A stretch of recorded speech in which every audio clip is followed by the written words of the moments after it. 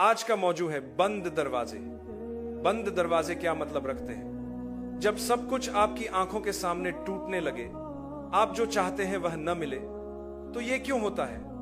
क्या कभी ऐसा हुआ कि कोई दरवाजा आप पर बंद हुआ हो? कोई नौकरी जो आपने हासिल की थी लेकिन फिर चली गई, या कोई चीज जिसे आप ढूंढ रहे थे लेकिन न मिली? ऐसा हम सब के साथ होता है। तो यकीनन अल्लाह ने अपनी हिकमत के मुताबिक ऐसा किया है। अल्लाह की सिफात में है कि वह सबसे ज्यादा माफ करने वाला है, सबसे ज्यादा मेहरबान, सबसे ज्यादा रहमत वाला। तो वह हमारे दरवाजे क्यों बंद करेगा? वजह यह है कि जैसे वालिदैन अपने बच्चों के साथ करते हैं। जब आप छोटे होते हैं और ऐसी जगह जा रहे होते हैं जो खतरनाक है, मसलन स्विमिंग पूल के करीब, तो माँ बाप फौरन आवाज देते हैं, वापस आओ, और बच्चा रोने लगता है क्योंकि वह अपनी जीत पर अड़ा होता है। या फिर जब आप बहुत ज्यादा चॉकलेट या मिठाई खा लेते हैं और वालिदैन जानते हैं कि अब यह आपके लिए नुकसानदेह है, तो वह आपसे वह मिठाई छीन लेते हैं। आपको वह बहुत पसंद होती है, लेकिन माँ बाप के लिए जरूरी है कि वह रोकें। आप रोने लगते हैं, शोर मचाते हैं जैसे दुनिया खत्म हो गई, लेकिन हकीकत में वह आपके फायदे के लिए होता है।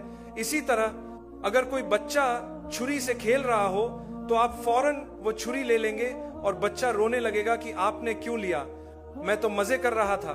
लेकिन अगर आप न लेते तो बच्चे को बहुत बड़ा नुकसान हो सकता था। अब सवाल यह है कि मां छुरी क्यों लेती है? मोहब्बत और रहम की वजह से, न कि नफरत की वजह से। हम ईमान वाले हैं और ईमान यह है कि जो कुछ होता है वह अल्लाह की मर्जी से होता है। इसीलिए बाज औकात अल्लाह हमारे लिए कुछ दरवाजे बंद कर देता है। मिसाल के तौर पर आप नौकरी के लिए कोशिश करते हैं, एक जगह अप्लाई किया, इंटरव्यू हुआ, मगर नौकरी नहीं मिली। दूसरी बार भी यही हुआ, तीसरी बार भी नाकाम हो गए। ऐसे वक्त में अक्सर लोग कहते हैं कि शायद किसी ने रास्ता रोक दिया है या मुझे किसी आमिल के पास जाना चाहिए। मगर असल बात यह है कि अल्लाह कह रहा होता है कि ईमान मत छोड़ो, मैंने तुम्हारे लिए ये दरवाजे रहमत के तौर पर बंद किए हैं, क्योंकि अल्लाह जानता है कि 10वीं नौकरी तुम्हारे लिए सबसे बेहतर होगी। आखिरत में जब जन्नत में जाएंगे तो अगर याद रहा, हम अल्लाह से पूछ भी सकते हैं कि या अल्लाह, आपने ये दरवाजा क्यों बंद किया? अगर आप कहेंगे तो अल्लाह आपको दिखा सकता है कि अगर वह चीज मिल जाती तो आपकी जिंदगी कैसी होती। और यकीनन वहां इंसान को हर सवाल का जवाब मिल सकता है, लेकिन ज्यादा इम्कान यही है कि जन्नत में हमें दुनिया की ज्यादा बातें याद भी नहीं रहेंगी, क्योंकि वहां की नेमतें इतनी बड़ी हैं कि हम दुनिया को भूल जाएंगे। मिसाल के तौर पर मां के पेट में बच्चा 9 महीने रहता है, उस वक्त उसके लिए वही उसकी दुनिया होती है। उसे लगता है कि यही सब कुछ है, लेकिन जैसे ही वो पैदा होता है वह बिल्कुल नई दुनिया में आ जाता है और मां के पेट की बातें भूल जाता है। इस्लामी तालीमात के मुताबिक 120 दिन पर बच्चे के जिस्म में रूह फूंकी जाती है। उससे पहले दिल धड़क रहा होता है, लेकिन वह जिंदगी मुकम्मल नहीं कहलाती। जैसे कोई इंसान दिमागी तौर पर मर जाए, ब्रेन डेड हो जाए, तो दिल चल रहा होता है, लेकिन असल जिंदगी खत्म हो चुकी होती है। डॉक्टरों के मुताबिक उस दिल को निकालकर किसी दूसरे इंसान के जिस्म में लगाया जा सकता है और वह वहां कई साल तक धड़कता रहता है, लेकिन उस दिल से असल जिंदगी मुराद नहीं ली जाती। जिंदगी के लिए सिर्फ दिल की धड़कन नहीं, बल्कि रूह का होना भी जरूरी है। इसी तरह मां के पेट में चंद हफ्तों बाद दिल धड़कना शुरू कर देता है, लेकिन 120 दिन के बाद जब रूह डाली जाती है तब हकीकी जिंदगी शुरू होती है। उसी वक्त बच्चा आवाजों और माहौल को महसूस करने लगता है। इसीलिए कहा जाता है कि तालीम व तरबियत मां के पेट से ही शुरू हो जाती है। जो कुछ मां सुनती है या जिस माहौल में रहती है वो बच्चे पर असर डालता है। लेकिन हकीकत यह है कि हमें मां के पेट की कुछ याद नहीं रहती। बिल्कुल इसी तरह जब मौत के बाद हम अगली दुनिया में जाएंगे तो यह ऐसे ही होगा जैसे एक झिल्ली के उस पार जाना।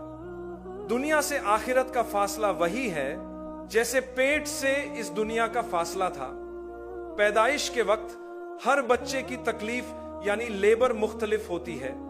किसी का अमल चंद मिनट में मुकम्मल होता है, किसी का घंटों या दिनों में। इसी तरह मौत के वक्त भी रूह निकलने का अमल सकरात मुख्तलिफ होता है। किसी की रूह फौरन निकल जाती है, किसी को घंटे या दिन लग जाते हैं और फिर एक पल में इंसान इस दुनिया से अगली दुनिया में चला जाता है। जैसे मां के पेट की जिंदगी के बारे में कुछ याद नहीं रहता, इसी तरह आखिरत की जिंदगी भी बिल्कुल नई होगी। वहां वही कुछ याद रहेगा जो अल्लाह चाहेगा, बाकी सब भूल जाएगा, क्योंकि इस दुनिया की चीजें वहां बेमानी हो जाएंगी।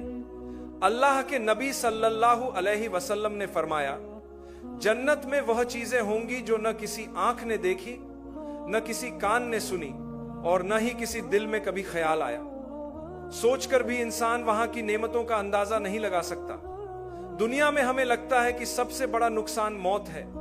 अगर किसी से पूछो कि माँ बाप या बच्चा फौत हो जाए तो सबसे बड़ा दुख क्या है, तो सब कहेंगे कि यह सबसे बड़ा दुख है। लेकिन हकीकत यह है कि अल्लाह के नजदीक मौत तो एक मरहला है अगली और असल जिंदगी में दाखिल होने का। आज दुनिया में बहुत कुछ बुरा हो रहा है। मुसलमान भी मारे जा रहे हैं, जुल्म है, बमबारी है, खून बहाया जा रहा है और हम सब दुआ करते हैं कि यह जुल्म रुके। हम चाहते हैं कि लोग अमन से रहें, एक दूसरे को बर्दाश्त करें, चाहे उनके नजरियात या मजाहिब मुख्तलिफ हों। लेकिन अफसोस यह है कि इंसान जितना तालीम याफ्ता हो रहा है उतना ही कम बर्दाश्त करने वाला बनता जा रहा है। यही हमारी सबसे बड़ी मुश्किल है कि हम खुद जीना भी नहीं चाहते और दूसरों को भी जीने नहीं देते। मेरे भाइयों और बहनों, अगर आपसे पूछा जाए कि आपके माँ बाप या बच्चों के साथ सबसे बुरी चीज क्या हो सकती है, तो आप कहेंगे उनकी मौत। लेकिन हकीकत यह है कि जन्नत में जाने के लिए मौत लाजिमी है। हम सब जन्नत चाहते हैं, लेकिन कोई मरना नहीं चाहता। जन्नत कहां है? इस दुनिया के उस पार। वहां जाने के लिए हमें इस दुनिया को छोड़ना होगा। कभी मौत अच्छी हालत में भी आती है, जैसे सजदे में या नेक अमल करते हुए। यह दरअसल अल्लाह की रहमत है कि वह बंदे को अच्छी हालत में अपने पास बुला ले। इसी तरह कभी हमारे प्यारे ऐसे तरीके से दुनिया से चले जाते हैं जो हमें समझ नहीं आता। लेकिन हकीकत यह है कि अल्लाह ही बेहतर जानता है और उसके फैसले में भी रहमत होती है। बहुत बार ऐसा होता है कि हम किसी की मौत पर सवाल करते हैं, ये क्यों हुआ?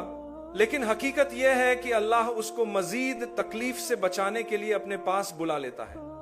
इस्लाम में मौत को एक रहमत समझा जाता है, क्योंकि अल्लाह ताला फरमाता है कि वो अपने बंदे को एक खास हद से ज्यादा तकलीफ नहीं देता।